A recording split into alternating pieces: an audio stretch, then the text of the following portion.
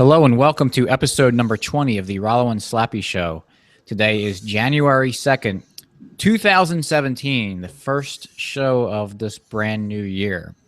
I am Rollo McFlugel, and with me is Slappy Jones too, and we are both at McFlugel.com. Before we get started with tonight's episode, I want to steer you to a GoFundMe campaign that I set up to send Bill Kristol to an Iraqi vacation, since he loves war, especially the war in Iraq that he wanted so bad. So let's go send him to see his handiwork. But of course, he'll never take us up on that offer, and I would never want to financially support that man in any way. So any proceeds that we raise will be donated to antiwar.com and the fantastic work that they do. So check out mcflugel.com/vacation, or also check out the show notes page, which I neglected to mention already, which is mcflugel.com/20. So with that, I'm going to pass it over to Slappy, and he's going to introduce this podcast episode topic. Thanks, Rollo, and thank you, everyone, for joining us today or tonight or whenever you're listening. Today, we're going to talk about a topic that comes up from time to time when talking to friends. When we talk to people who are, we'll say they're Republican or Democrat, just kind of your mainstream run-of-the-mill people, and we start giving them ideas about reasons we don't like the state and ways we think we could operate without a state. At first, there's a lot of pushback, and then, they think about it, and they come back a couple days, but it ultimately always comes to the point where they say, okay, I guess I agree with everything you're saying. I really do. But how do we get there? What do? We just sit here and have conversations? Like, do we start a violent revolution? I mean, what's next? And it's nice to hear those questions, because that means these people are starting to get it, and they're understanding it, and they want to do something. They want to act, but they don't know what to do. They don't know how to do. And it's almost like something in their head is going, all right, well, this state is giant. We're never going to overturn it. So why should we care? Why should we do anything at all? Or is there something we can do? Or, should I tell more people? Should we go start a revolution? So, Rollo, what do you say to that question when someone comes to you and says, all right, great, I like your stateless ideas, so what do we do? Well, obviously, we got to find someone that we can elect to office to do all this stuff for us. Yeah, so the correct answer is vote really hard next time. And if it doesn't work, vote harder the next time. Yeah. No, of course, we're kidding there. So the best way I can describe it is that when I kind of got these ideas of libertarianism and being free, it was a great feeling, and it lifted so much weight off my shoulders to think that I don't have to worry about what everyone else is doing with their lives. And I don't have to care about politics anymore. And I don't have to care about people thinking about what I do. And I think that's a very good feeling, because it's freeing. Not to, use the definition of the word and what I'm saying. It's like, oh, what's libertarianism? Oh, it's freedom. It's great. No, it's almost like a stress reliever. It's like all this stuff comes off your back that had been weighing on you that you didn't even know was weighing on you. It's a great feeling, actually. I agree with you. So we want to get other people to have that feeling too, because it is a great thing. I mean, libertarianism, it's this great thing that we have that makes us better people, that makes us happier people. So at that point, it's difficult to not want to share it. And I think really one of the problems of libertarianism is, or people within libertarianism, is that we get so gung-ho, especially in the beginning of spreading the message about it, that we don't always evangelize it well. That we kind of ram it down people's throats because we have this great thing that we want to share with everyone, and it makes perfect logical sense, and it's rational and all this stuff. So, and your status beliefs are completely irrational. So how do you not agree with me? Because this is so great, and it's rational and logical, and just if you think this correct way, it'll be better. But most people aren't ready for it. So yeah, and just one quick aside. We go to a monthly meeting with a bunch of friends in the area, and we were talking about these. When I say we, I mean Rollo and I. And we were talking about these stateless ideas to people. And one of the guys in the group said, do you think the word libertarian has a positive or negative connotation?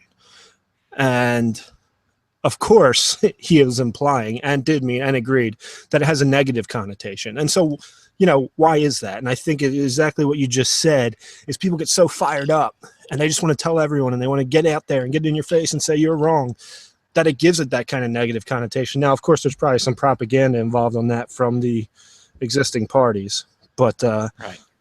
it's also their experience with the few libertarians they may have come across. Right, and that's why it takes a long time. And I think I'm much better at spreading the message now than I have been in the past, because I realize that, one, people are different, they're individuals, and they care about different things. So you have to really tailor the message to the individual.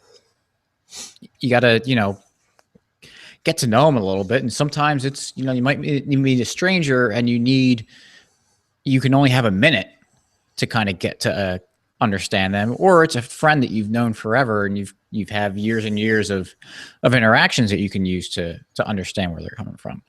But either way, to get back to the question, what do we do now? Of course, the answer is not to not do anything.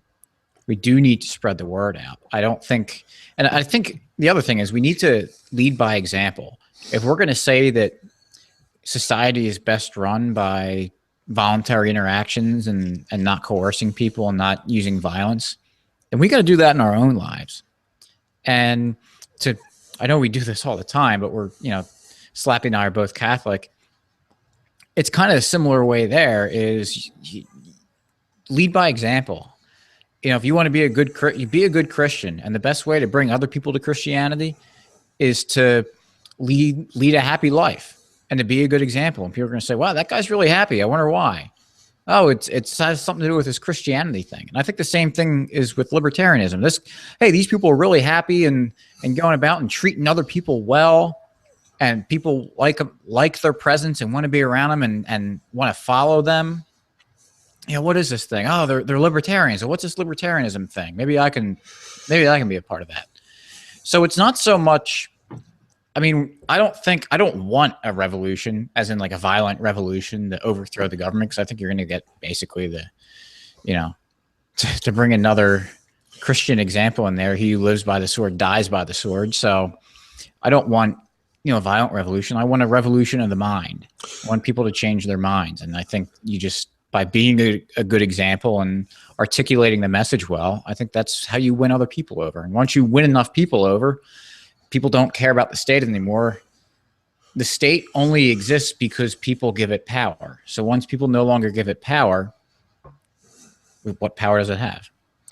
Right. And it goes back to discussions we've had in a previous podcast episode. And if you read our blog, it's been up on there with the borders. And I don't think someone is necessarily less libertarian or, a bad guy because they argue for the state to protect the borders. But I think it's dangerous when you argue for the state to do anything. So, like Rollo was saying, we want to change the hearts and minds of people. And one way to do that is to never argue for the state for anything. Get them to see that what the state is force, it's violence, it's aggression, and we don't want it ever. And if you can get enough people on board and you start spreading that message, and it's an uplifting message, not a down message, it shouldn't make you depressed. To be freed, to have your mind freed, should be a freeing experience and a good experience. And I think, we have really no shot at becoming a libertarian country or people or whatever, society by using the state to get there.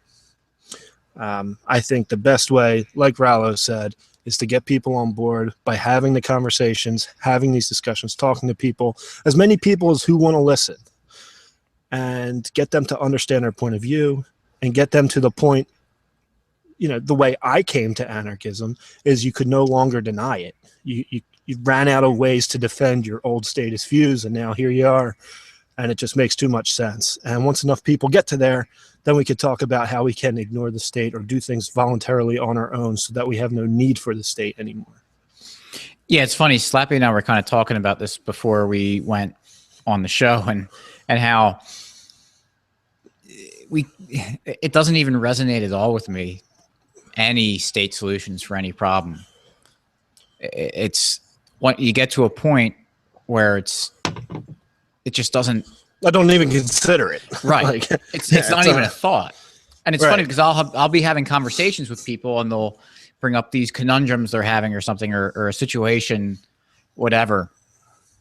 And I'll say like, oh, well, you could do this and this and this and blah, blah, blah. And I'm like, well, a lot of that's not legal. And I'm like, oh, well, like, do you want to solve the problem or do you? Yeah. Or what are you doing? Right. And that goes, goes along with it. Like, I don't care what legal is anymore. That's not exactly true. Yeah. I care what legal is because I don't want to get thrown in a case. I don't want to have more money taken from me. I don't want to get, thrown in prison. But at least theoretically, when we're discussing ideas and possibilities, what's legal has nothing to do with what I'm considering. I care about what's right, what's moral, what's ethical, what's going to provide the best solution. So I think if you get to that point too, with how you talk to people, that if you break out of the paradigm of the state, where the state isn't like what we're just saying, the state isn't even state solutions, at least don't even come into your mind, that has an effect on people, and people notice that. And they might kind of brush it off in the beginning, but after a while they start saying, they're like, this is like a different way of thinking. And he's kind of got a good answer for a lot of the stuff I'm bringing up. Seems like there's something to it. Now, kind of putting you on the spot here, because this is another question that, or maybe the guy's teasing me, whatever, but every now and then I'll be like, I got another good conspiracy theory for you. Yeah, I get that. Yeah. And so, I mean, and when I don't even realize he's kind of teasing me, because I'm thinking like, why does he think I like conspiracies? When did I ever talk about conspiracies? Right. Because honestly, I just think you're pointing out what the state does. You don't have to guess. Now, with a lot of these things, like we could talk about 9/11. Did Bush know? Did Bush organize it? I don't think so. I don't know. If I found out he did, it wouldn't shock me. But I don't go around saying that. Right. And so, I don't think we're really conspiracy theorists. I think we just point out exactly what the state is doing. It's a priori. You don't need to have the written proof. You can just look at it. Taxation is theft. There's nothing, we don't have to go look at the IRS and find a secret document they passed and said, hey, guess what? We're really stealing this money. It's not really tax. And who are the conspiracy theorists, really? I mean, you got some libertarians out there and other people that, everything that the government does is, they've got some ulterior evil, super evil motives. I mean, I guess there are some of that, yeah. Look at the fake news thing now that the government's flipping out about. That's a conspiracy. Right. That's a conspiracy theory. Look at the whole Russian thing. The Russia hacked the election and blah, blah, blah. That's another conspiracy theory. Yeah, all you have to do is look at that story to see how disingenuous it is. Russia hacked the election? No, if they did anything at all, they hacked the DNC. Right. And or whoever. As Bob Murphy keeps saying, at worst, what they did was showing how, big of scumbags the people are in the DNC. They showed the truth. They didn't lie. Right. Well, I mean, they did plenty of lying, but that's not whoever hacked this. Unless they went in and wrote those emails and said they were official emails, which that would be really conspiracy theorists. Right, exactly. But of course, no one has denied any of the contents of the emails. Right. So and the big irony, and not to get off the rails on this, but the big irony of it is that, the United States government is getting so up in arms about someone getting involved in, the election, even though they really didn't. But the United States is open about regime change around the world. Yeah. Saddam Hussein, Gaddafi, Mubarak. Now they're trying to, take Assad out of power. I mean, it's been the United States foreign policy for a lot of years to take people that they don't like out of power and put in the people that they want. No. See, that's where you're wrong. Because one, the USA is the white knights, and all these other countries have bad, evil dictators. That's right. Now, let's ignore the fact that half the country hated Barack Obama and thought he's the worst, most evil person in the world. And now the other half of the country thinks that Donald Trump is the most evil person in the world. But how dare you get involved in our politics from around the world? Because, even though that we hate our politicians half the time, you better not interfere and, try to do anything, because I don't know. Yeah.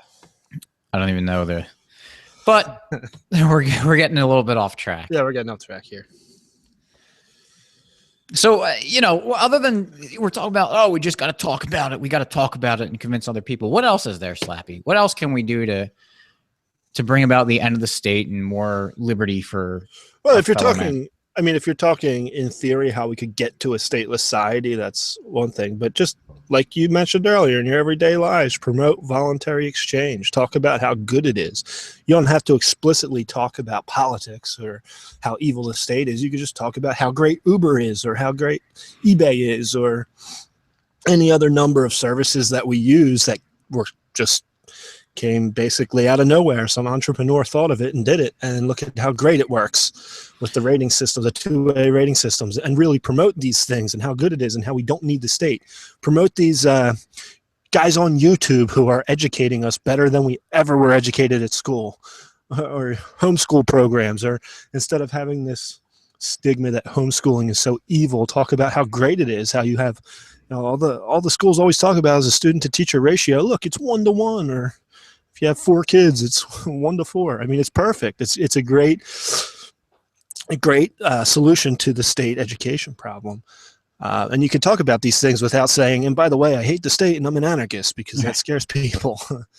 Well, and yeah, to that point, and I know I say this all the time, but people, and when I say people, I mean libertarians and even anarchists too, we give the state way too much credit and don't give the market nearly the credit it deserves, because the state does not make the world move at all. It makes the world slow down. The thing, like what the market does is so incredible, how it coordinates with everyone. And we have to focus on that and showing how well the market works and how, the voluntary exchange of goods and services, how that makes the world go around. Look at your own industry. Most people who listen to this are probably, maybe in college or work, probably in the working world. Look at your own industry. And I'm sure there's so much stuff, unless you work explicitly for the government, there's so much stuff around the world. And even if you do work for the government, you're using a lot of private businesses to do stuff. Look at how well it runs without the government oversight, directly overseeing everything that you do, and how it's just people like you working together. Even though you may have never met this person, you might have never even exchanged emails with this person, let alone talk to him on the phone. But somehow it all works. Exactly. It's pretty incredible. It is pretty incredible. I mean, just your everyday things. The fact that I'm sitting here with a cigar, I've talked about on this podcast before how incredible it is that this cigar got to this porch from Central America in perfect conditions, and it was hand rolled, and tobacco was grown for years, and here it is, and I only paid about $7 for it. Anyone who wanted to do this on their own, it would cost a lot more than $7. So I don't know. Have any more words of wisdom for how to spread the message of libertarianism? Yeah, I think we covered what we wanted to say. If we want to talk quickly, and I mean real quickly, on a long-term solution, which we already kind of mentioned, is if enough people can reject the state, withdraw from the state, you don't have to fight a violent revolution. You don't have to officially secede. You just ignore it. You just stop. And you just live your life voluntarily. And I think we have a much better chance of getting to that point than we do by voting in the right people and using more force and jailing people who disagree with us, and jailing people who just want to come here for work or whatever reason they want to come here, throw them in jail or force them out. I don't think you get to a stateless society that way. I think we have a much better chance of getting there. And let's be real, probably not in our lifetimes, but you never know. Things move quick. In the 1970s, people probably weren't thinking the Soviet Union was going to collapse either. So you never know. If the message can spread exponentially, just keep talking to people, keep getting people to understand. And if you get a critical mass, a good amount of people who get on board and really understand it, now we have a chance. Exactly. So we've been doing this free market success story kind of thing for the last few episodes. You have any stories you'd like to share, Slappy, with? Yeah, this month, this week, I do not. I hate to be a letdown on that one. What, do you have something you can think of? Well, you were talking a little while ago about you just, I believe you leased a I did. yeah. Yes, that's right. You're That's so correct. cool. You leased a minivan. Let's talk about that. Yeah. So yeah, we recently had our third child at the end of October and couldn't fit the whole family in one car. So went out to get a minivan, and I didn't really want to get one. I didn't really feel like paying for one right now. I didn't feel like looking at them, but I did need a car for my family. So of course I do my research online. I look about what I should be paying for it, look at the different cars, know what I want to get or about what I want to get, narrow it down to a few, and went into the very first dealership I walked into. It was raining that night, so I went to a Ford. Oh no, it wasn't. It was a Dodge. They do have a Ford shop there. Chrysler, Jeep, Dodge dealer, and went in, asked to look at minivans. They had a brand new. It was a 2016, so last year's model year. Grand Caravan, and I kind of knew what it was. Wasn't too excited about it. Took it for a test drive. Drove fine. Drove like a minivan. Wonderful. Got back. We started talking about price. He put it exactly where I thought he was going to put it. And I told him I'm going to go look at a couple others. He thanked me. Told me to give him a call if I need anything. Got into talking to the sales manager there, who actually grew up in a house that my sister-in-law bought, which he thought was awesome, and was talking about the neighborhood we live in. Long story short, he was really thrilled that his parents' house was bought by my sister-in-law. But I don't know if he pulled it out because of this, or if I don't know how those car dealerships work, but he found an unbelievable leasing deal where I would end up paying about $100 less per month for 3.5 years, and then have a buyout for a very good price. It was a price I couldn't turn down. And I went in there like most people do when you go to a car dealership, ready to go to battle. Like, I'm going to have to say no. I'm going to have to walk away. I'm going to have to go get other offers. I'm going to have to bring that offer to this guy. Going to haggle, negotiate, take forever. And he kept going lower with the price as he kept coming up and finding things. And I don't know. I mean, obviously they're making money, unless they just wanted to unload these. It was the end of the year and it was last year's model. If they lost anything, they probably didn't lose much. But I was just fascinated how he gave me the price I thought he was going to give me, which I thought was a fair price. And I told him I'm going to go look at other cars. He said, good, go ahead. And if you have any questions, give me a call, let me know what you find. There was very little pressure put on me. It wasn't the fast talkers. And the sales manager came out with a deal. And I told him the number I wanted to get to, and he beat it. He crushed it, absolutely killed it. He didn't take it like a penny less to squeeze every dollar out of me. He was very fair. He was very honest. At least that's how I perceived him. And he went above and beyond what I wanted or expected or thought I could get. And so I bought that car in the first shop I walked into. So that's kind of my market story and my good experience. It made me feel good buying this car. I felt good dealing with these people. They give you all the free maintenance for 6 months or whatever, a couple oil changes, and he told me about ways to get other discounts when I take it to their shop. I mean, it was just above and beyond what I expected. And what you always hear about the car dealers is they're out there to screw you. They're going to try to sell you something bad and get as much money out of you as possible. I made the mistake of telling him the number I wanted to get to, but he absolutely crushed that number. So, he really just wanted your money. Of course he did. And you wanted the minivan. So it worked out. It's great. It worked. I was going to say, and guess what? He got my money and I got his minivan. So it was good for everybody. Exactly. So no, that's a good story. Kind of been having a lot of car stories recently between you and I, but that's good. It's something that most of us have to deal with. Yeah. So with that, appreciate you guys listening tonight. Be sure to share us, the podcast, and the website. Tell your friends. Yep. We like people to hear us. We like to get in debates. We like to have discussion. If you have any questions, if you disagree, shoot us a comment or an email or get a hold of us one way or another. Show notes page is mcflugel.com/20. Please be sure to go to mcflugel.com and subscribe to our email list. Also subscribe to this podcast on either iTunes or Stitcher. Like us on Facebook, McFlugel, or facebook.com/McFlugel, and follow us on Twitter. All of these links will be on the show notes page, McFlugel.com/20.